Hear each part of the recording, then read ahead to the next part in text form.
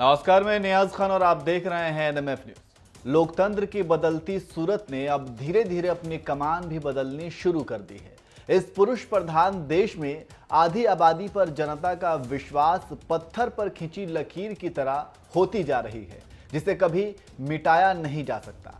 बिहार से सामने आई तस्वीर लोकतंत्र की खूबसूरती को बयां करती है। जिस देश में कभी महिलाओं को वोट करने का अधिकार नहीं था, आज यही महिलाएं देश की जनता का नेतृत्व कर रही हैं और पढ़ लिख कर देश के सामने एक नई पहचान कायम कर रही हैं।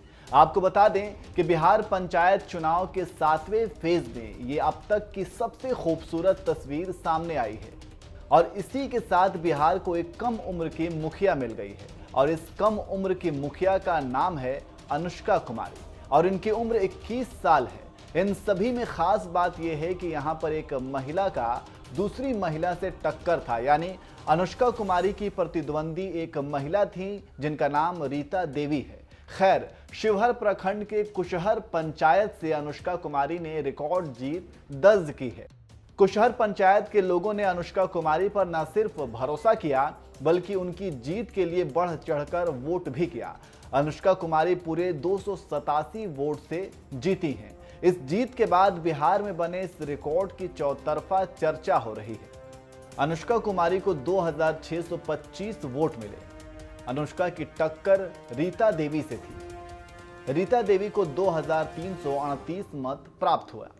जब अनुष्का कुमारी से उनकी जीत को लेकर सवाल किए गए तो उन्होंने साफ साफ ये कहा कि मेरी जीत का श्रेय जनता को जाता है। अगर आज जनता मेरे ऊपर विश्वास नहीं करती तो मैं शायद जीत नहीं पाती। अनुष्का कुमारी एक पढ़ी लिखी मुखिया हैं। उनकी पढ़ाई बेंगलुरु से हुई थी। अनुष्का ने आगे क्या कुछ कहा, आइए आपको बताते हैं।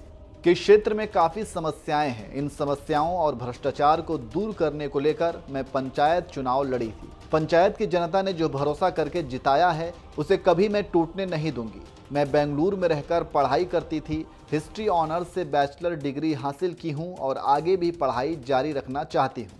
खैर, ये कहना गलत नहीं होगा कि अनुष्का कुमारी आज युवाओं के लिए एक प्रेरणा है। इतना ही नहीं, अनुष्का कुमारी की इस जीत ने यह साबित कर दिया कि बिहार बदल चुका है। लेकिन यहां आपको बता दें कि राजनीतिक लिहाज से बिहार हमेशा सुर्खियों में रहा है और यहां की महिलाएं राजनीतिक क्षेत्र में अपना लोहा मनवाया है। बता दें कि 1952 में जब पहली लोकसभा का गठन हुआ था, उस समय चुनाव क्षेत्रों के नाम कुछ अलग तरह से निर्धारित किए गए थे।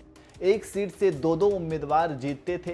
1952 में पहली लोकसभा के लिए 3 महिला उम्मीदवार सांसद चुनी गई थी और ये तीनों ही महिलाएं बिहार से ताल्लुक रखती थी।